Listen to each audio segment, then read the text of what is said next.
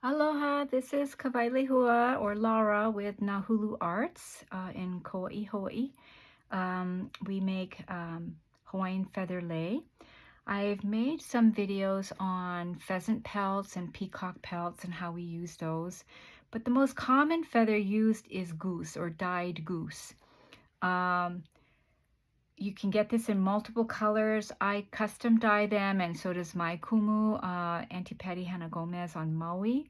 She's got some beautiful colors you can find on Etsy.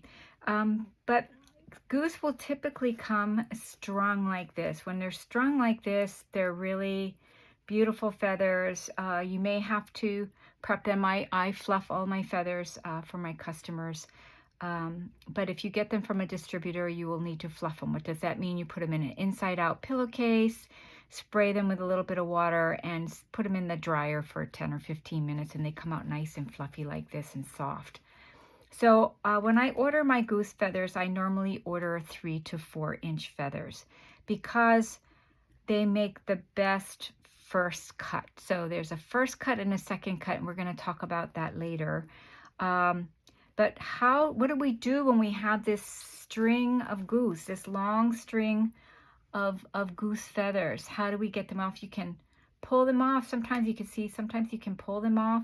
Sometimes they'll have 2 or 3 strings holding them together. Like I said, I like the 3 to 4 inch, which are these. So if you get a string of them together, you can always get your nippers or a pair of scissors and nip that string away from the bulk of the feathers, towards the stem. And then they can come off easy. If they don't come off easy, you can take a section like this and just cut the top off here. This is just the quills because we don't use that part anyway. And then now you have all these feathers are separated.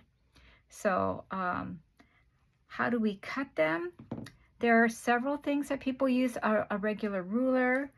Some people use one of these types of rulers because you can set it. So say my most common cut that I use is a first cut at 1 1/4 inches, which would be right there. And so if I were to cut this feather using this, I would put the eyelashes of the feather against this, and then I would nip it here. Some people use these little sewing ones. So you can see this is 1 1/4. So on this one, I would lay the eyelashes down like this, and I would nip it right here. And my favorite one is a tool, lei key. It's a lei key made from Maui feather lei. I get these from my kumu. This one is so worn out, it's actually starting to dent. It's so many years old. But this is my favorite. It's 3 inches long, 1 inch, 1 1/4, 1 7 inches, 1 inch wide, 3/4 inch wide. If you flip it the other way, this is 1 1/2, 1 3/4, and 2 inches. So if I say the fat side down for the first cut, I like 1 1/4, which is this number here, or line there. I would lay my feathers to where the eyelashes, can you see that, are right up against the line. And I would take my nippers, and you would squeeze your nippers so that you only cut the quill. And there you have your other excess. So here's my first cut. It's a nice pie-shaped cut. And with this first cut, we make things like lokilani. This is made from first cut feathers. Or kamoi style. This is a kamoi style, one of my custom kamoi styles. This is used, this is the first cut feathers used here to lay it flat. Then if you have a little bigger feather, sometimes people like big feathers. They think, oh, big feathers, I'm going to have nicer feathers. Sometimes if you have a bigger feather, like you get 4 to 5 inch feathers, your first cut's going to be really bad, but your second cut will be nice. So say I'm going to use this one feather. I'm putting the eyelashes up against the 1 1/4 inch line. I'm just cutting the quill. There's my first cut. I have a nice first cut. If this was a bigger feather, my first cut would be really skinny and not greatly usable. But I have a nice first cut. But now I have all this, and we don't want to waste. So if I turn this around, and I put the tips of the feathers on the 2 inch line. So skinny side, second cut is what I say. Skinny side, second cut.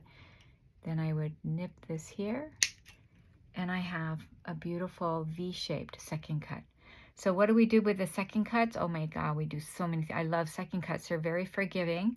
Um, so you can make things like this is made with a second cut feather. This is a chamois, but it's used second cut, and you can see the difference in how the feathers are laying down. See the difference between the first cut and second cut. You can make basket weave type hat bands and things like that with second cuts.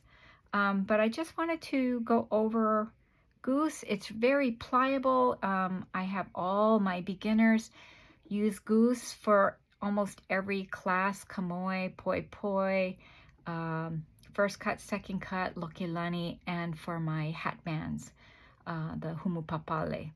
Because it's very forgiving, it's very soft. Unfortunately, you know, it is a less expensive feather, but to get this nice mound and stuff when you're making a hat band with it, you need to use a lot more feathers. But those feathers, those hat bands are not worth as much as like a peacock or a pheasant. Anyway, that's just a quick overview on cutting feathers, what they look like when you get them. I do teach classes private or at the Kauai Museum. You can sign up at nahuluarts.com. Until next time, ahui ho.